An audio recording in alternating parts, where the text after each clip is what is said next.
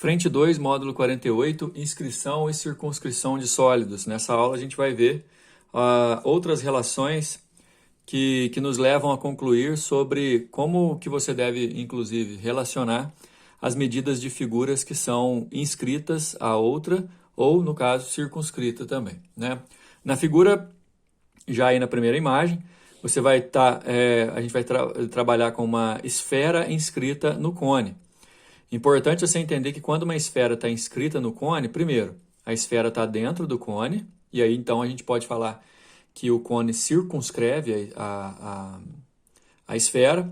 Além disso, você tem que imaginar também que a esfera tangencia internamente a face lateral do cone e pelo meio da face da base circular também, ok? Então a gente tem aqui um cone reto de raio de base R maiúsculo, altura H e geratriz G. A gente tem de verde uma esfera de raio interno R minúsculo.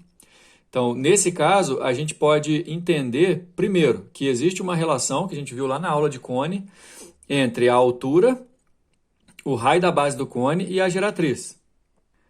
Como o raio da base e a altura são perpendiculares, formam um ângulo de 90 graus aqui assim, ó, é importante você entender que a geratriz vai funcionar como um triângulo, como uma hipotenusa do triângulo de catetos H e R maiúsculo.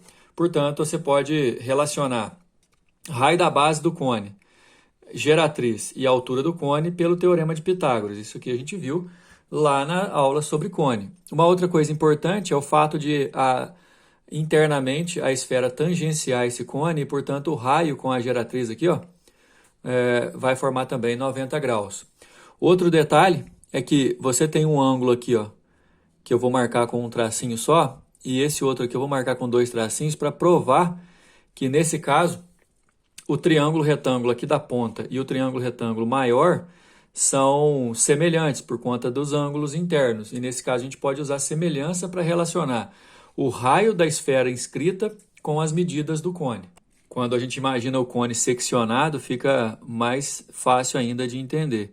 O raio da esfera aqui formando 90 graus com a geratriz do cone. Você tem o triângulo ABC reto em B e o triângulo AOD reto em D.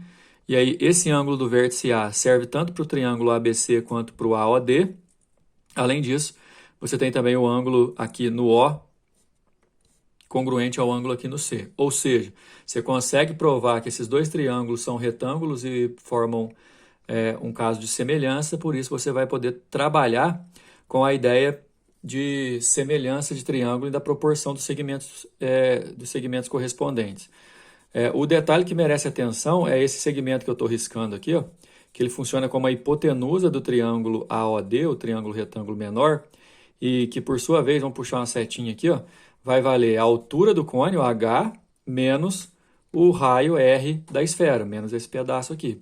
Então eu vou poder falar que, por exemplo, esse raio, que é um cateto, que é oposto ao ângulo de um tracinho, e esse outro raio aqui, ó, que é outro cateto oposto ao ângulo de um tracinho, são correspondentes e, portanto, proporcionais.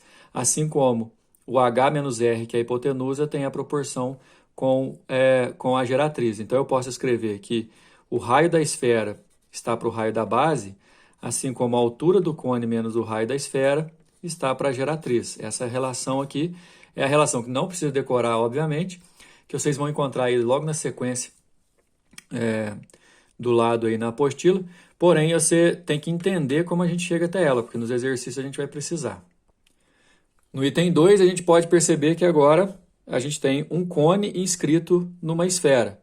Esfera que, no caso, você vai ter a altura do cone toda pertencente à região interna da esfera, porém, cuidado para não confundir essa altura com o diâmetro, porque o cone não chega até lá na base, lá embaixo, né, da esfera. Então, a gente vai ter que achar as relações entre essas dimensões. O cone continua tendo uma altura, continua tendo uma geratriz e um raio de base, enquanto a esfera vai ter o seu próprio raio. Chamando o raio da esfera de R maiúsculo, chamando o raio da base do cone de R minúsculo, a altura do cone está aqui, a gente consegue encontrar essa altura relacionando h, rzinho e a geratriz do cone. Se você descontar o Rzão aqui, ó, o R, esse segmento que eu estou fazendo mais forte, pegando na circunferência, ele é o R total. E se você pegar H tudo menos esse R, você vai achar esse pedaço que pode ser resolvido por teorema de Pitágoras. Repare nisso aí, onde aqui é uma hipotenusa, aqui esse raio do cone é um cateto e o H menos R é o outro cateto, que a gente pode usar o teorema de Pitágoras. O próximo caso, esfera inscrita numa pirâmide regular de base quadrada, situação bem parecida com a do cone, que no caso você vai tangenciar internamente a esfera as partes laterais da pirâmide quadrangular e inclusive a base também. Detalhe é que você, numa secção, ó, forma esse triângulo de verde aqui, ó, que vai ajudar a gente a raciocinar. Essa medida G, portanto, que está de verde ali, seria o segmento VM no desenho original do lado aí, pessoal. Ele tem a denotação de ser o apótema lateral da pirâmide. E aqui na base você tem metade do lado, que aqui também é o apótema da base. O apótema da base, a altura da pirâmide e o apótema lateral, o apótema da pirâmide, você pode relacionar por teorema de Pitágoras, que está aqui, ó, onde o apótema lateral da pirâmide é a hipotenusa. E igual aconteceu lá no cone, você pode levar em consideração a semelhança dos triângulos que vão ser formados aqui, ó, que são retos, retângulos e semelhantes. Você pode falar que o raio da esfera vai estar para a base, assim como essa diferença de H menos R vai estar para o G. É igualzinho que a gente fez lá no cone. Agora é só a gente aplicar lá na página 60, primeiro exercício. Uma esfera de diâmetro 6, vamos anotar aqui, portanto o raio dela vale 3. Aliás, como ela vai estar inscrita, vamos chamar o raio dela de R minúsculo, igual a parte teórica da nossa apostila, tá, pessoal? Em um cone circular de altura 8, a altura do cone mede 8. Então, o volume em centímetro do cone bom, primeiro que a gente tem que encontrar o raio da base do cone, porque o volume de um cone é 1/3 da área da base, que é um círculo, vezes a sua altura. Repara que eu tenho a altura, que é 8, basta eu achar o raio. Esse desenho ajuda a gente a ter a concepção de uma esfera inscrita no cone. Aquela região onde o raio da circunferência que tangencia internamente o cone encontra com a geratriz. A gente tem necessariamente bastante atenção. O diâmetro da esfera vale 6, portanto o raio dela vale 3, essa medida aqui, ó, ok? Nesse caso, algumas dimensões a gente pode usar para descobrir. Então é assim, ó, esse aqui é o raio da esfera, aqui também é raio da esfera, pessoal, e vamos lembrar, se esse raio da esfera vale 3 e a altura vale 8, esse segmento aqui que eu estou fazendo um frisadinho, ó, que é a altura total 8 menos o raio 3, ele vale 5. Se você fizer teorema de Pitágoras, ou então lembrar do triângulo 3, 4, 5, você vai entender que essa medida aqui vai valer 4, que é parte da medida da geratriz do cone. Só que você não vai precisar, porque você pode fazer ó, que esse raio está para esse, 3 está para R, assim como essa parte aqui, ó, que é oposta ao ângulo de 2 tracinhos, vai estar para a altura inteira. E essa altura, vamos marcar aqui, vamos lembrar que ela vale 8. Então eu posso falar que 3 está para R, assim como 4 está para 8, e aí eu descubro o raio da base do cone. Descoberto o raio da base do cone, 1/3 de π vezes raio ao quadrado, 6 ao quadrado vezes 8. E aí 36, eu vou dividir por 3 aqui, dá 12 vezes 8, 96. 96 π centímetros cúbicos é a letra D. Número 2, um cone circular reto, cujo raio da base é 3 centímetros, vamos colocar aqui, ó, o raio da base vale 3, está inscrito em uma esfera de raio 5. Essa medida aqui, ó, que seria o raio da esfera, vamos puxar uma setinha para cá, ó, mede 5, conforme mostra a figura a seguir. O volume do cone corresponde a que porcentagem do volume da esfera? A gente vai encontrar isso fazendo o volume do cone dividido pelo volume da esfera e transformando essas relações aí em porcentagem. Acontece que o volume do cone é 1/3 da área da base vezes a altura do cone, e o volume da esfera é 4/3 de π vezes o raio da esfera ao cubo. A gente precisa encontrar a relação ou as relações que existem entre esses valores. Esse desenho aqui vai ajudar a gente bastante, porque, olha só, raio da esfera vale 5, raio da esfera vale 5, raio da esfera vale 5. E nesse caso, você forma aqui um triângulo isósceles de 5 e 5, ó, e, portanto, essa base aqui vai ter a característica de ter um ponto médio no centro da sua base. Então, fica 3 de cada lado, porque é o triângulo 3, 4, 5. Aí, sendo aqui 4, ó, você vai ver que a altura do nosso cone, ó, vale 9. Daí, pessoal, eu já estou resolvendo aqui do lado, porque aqui colocou as letras primeiro e tudo mais, eu prefiro fazer com os números que eu já encontrei, ó.